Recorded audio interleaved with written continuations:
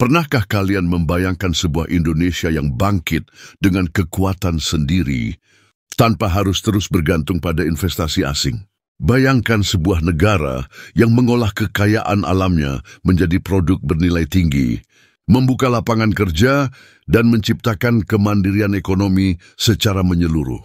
Nah, hari ini kita akan membahas kabar panas dari Presiden Prabowo Subianto yang baru saja mengumumkan program hilirisasi yang akan mengguncang perekonomian Indonesia. Di video kali ini, kita kupas tuntas tentang 15 mega proyek yang bakal digarap tanpa bergantung pada modal luar negeri. Jadi siapkan diri kalian untuk menyelami strategi ambisius yang bisa jadi titik balik bagi ekonomi nasional. Penasaran? Yuk, simak pembahasannya sampai tuntas.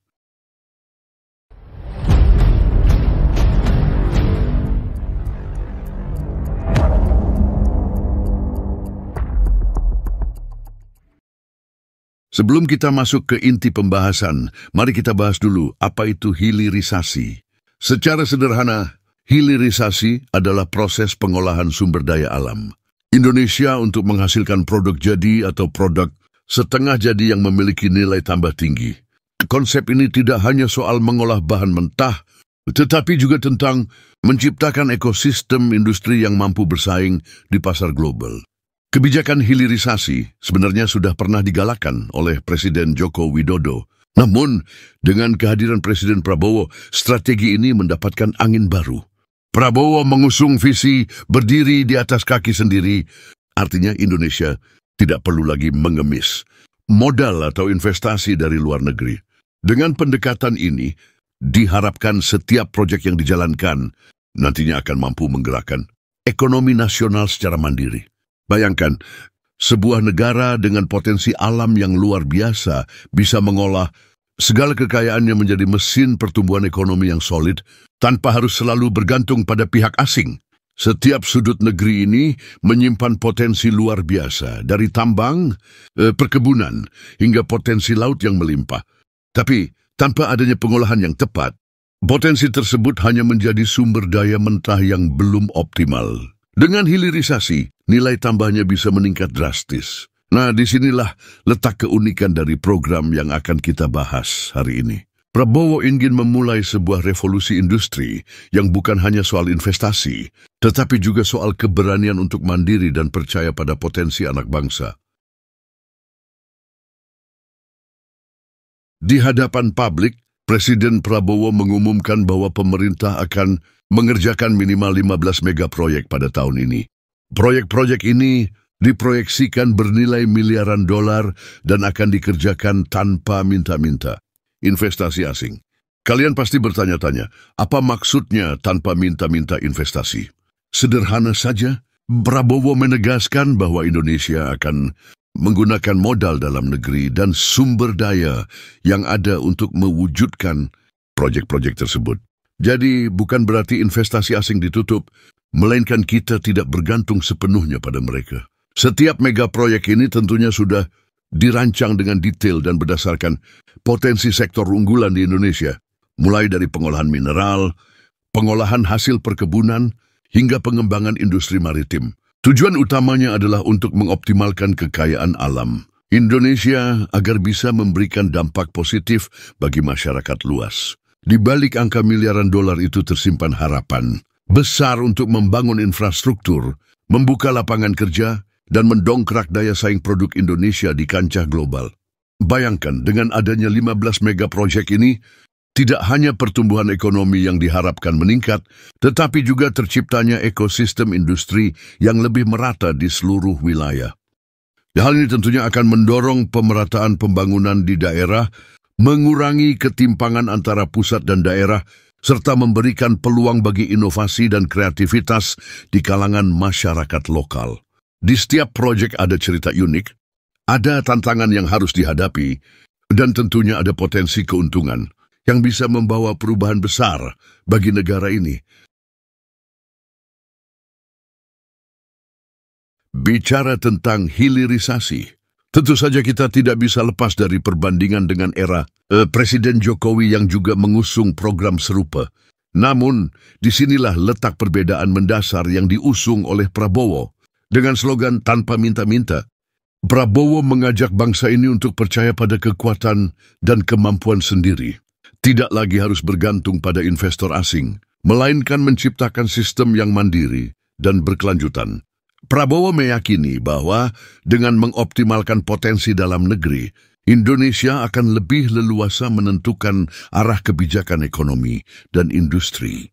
Pendekatan ini juga diyakini akan meminimalisir intervensi dari pihak luar yang terkadang membawa agenda tersendiri. Dalam pidatonya, beliau menekankan bahwa kita akan bangkit dengan kekuatan-kekuatan kita sendiri. Ungkapan ini bukan hanya sebuah slogan kosong, melainkan cerminan dari tekad dan semangat untuk membawa Indonesia menjadi negara yang mandiri di bidang ekonomi. Di balik visi tersebut, ada strategi matang yang sudah dipersiapkan. Salah satunya adalah pembentukan lembaga pengelola investasi baru yang dinamai Danantara. Lembaga ini nantinya akan menjadi garda terdepan dalam mengelola dan menyalurkan dana untuk mewujudkan proyek-proyek hilirisasi. Dengan adanya Danantara, diharapkan pengelolaan dana negara menjadi lebih transparan, akuntabel, dan tentunya berpihak pada kepentingan rakyat. Kalian pasti penasaran, bagaimana mekanisme tanpa minta-minta itu akan berjalan? Nah, strategi ini didasari oleh optimisme besar bahwa Indonesia memiliki kekayaan alam dan potensi ekonomi yang luar biasa. Dengan modal dalam negeri yang semakin kuat, sudah saatnya kita menyusun sistem yang tidak bergantung pada suntikan dana dari luar, melainkan berinovasi dari dalam untuk menciptakan pertumbuhan ekonomi yang berkelanjutan. Tidak ada kebijakan besar tanpa tantangan. Begitu pula dengan program hilirisasi 15 megaprojek ini. Di balik semangat mandiri yang diusung, terdapat berbagai tantangan yang harus dihadapi. Mulai dari infrastruktur pendukung yang masih perlu ditingkatkan, sumber daya manusia yang harus terus dikembangkan, hingga mekanisme pengelolaan dana yang harus transparan dan efektif. Namun, di balik semua tantangan itu, tersimpan peluang emas bagi Indonesia. Pertama, dengan adanya 15 megaproyek ini, diharapkan terjadi percepatan pembangunan di berbagai sektor. Bayangkan saja, setiap proyek yang dikerjakan bisa menjadi katalisator bagi pertumbuhan ekonomi di daerah-daerah yang selama ini kurang mendapatkan perhatian. Ini artinya pembangunan tidak lagi terpusat di ibu kota atau kota besar saja, tetapi merata ke seluruh pelosok negeri. Kedua, pendekatan tanpa minta-minta. Investasi asing bisa membuka ruang inovasi yang lebih besar. Tanpa tekanan dari pihak luar, pemerintah dan pelaku industri bisa lebih leluasa mengeksplorasi ide-ide kreatif yang sesuai dengan karakteristik dan potensi lokal. Hal ini diharapkan akan menghasilkan produk-produk unggulan yang tidak hanya kompetitif di pasar domestik, tetapi juga mampu bersaing di kancah internasional. Di sisi lain, pendekatan ini juga mengharuskan adanya sinergi antara pemerintah, pelaku industri, dan masyarakat. Kolaborasi yang erat diharapkan dapat menciptakan ekosistem ekonomi yang dinamis dan responsif terhadap perubahan global. Tentu saja, peran serta masyarakat sangat penting agar setiap megaproyek bisa berjalan dengan lancar. Semangat gotong royong dan inovasi lokal akan menjadi kunci keberhasilan program ini. Penasaran bagaimana strategi mengatasi tantangan ini? Seluruh strategi sudah dirancang secara matang dengan melibatkan berbagai pihak, termasuk ahli ekonomi dan praktisi industri. Mereka bekerja keras, mengidentifikasi potensi risiko, dan mencari solusi terbaik agar setiap proyek dapat berjalan optimal. Jadi meskipun ada rintangan, optimisme dan kesiapan Indonesia untuk bangkit tetap menjadi modal utama. Mari kita bayangkan bersama, jika semua 15 megaproyek ini berhasil diimplementasikan, apa dampaknya bagi perekonomian dan masyarakat? Pertama-tama akan ada peningkatan signifikan dalam penciptaan lapangan kerja. Industri yang tumbuh akan menyerap tenaga kerja dari berbagai kalangan, mulai dari tenaga terampil hingga tenaga kerja kasar. Hal ini tentu saja membawa angin segar bagi para pencari kerja dan dapat mengurangi angka pengangguran secara drastis. Selain itu, dengan meningkatnya aktivitas industri, terjadi pula perputaran ekonomi yang lebih cepat. Produk-produk olahan dari hilirisasi akan memiliki nilai tambah yang jauh lebih tinggi dibandingkan dengan komoditas mentah. Ini artinya pendapatan negara juga akan meningkat seiring dengan kenaikan ekspor produk-produk bernilai tinggi. Masyarakat pun akan merasakan manfaatnya melalui peningkatan kesejahteraan dan pemerataan pembangunan. Tak hanya itu, program hilirisasi ini juga berpotensi membawa Indonesia ke level persaingan global yang lebih tinggi.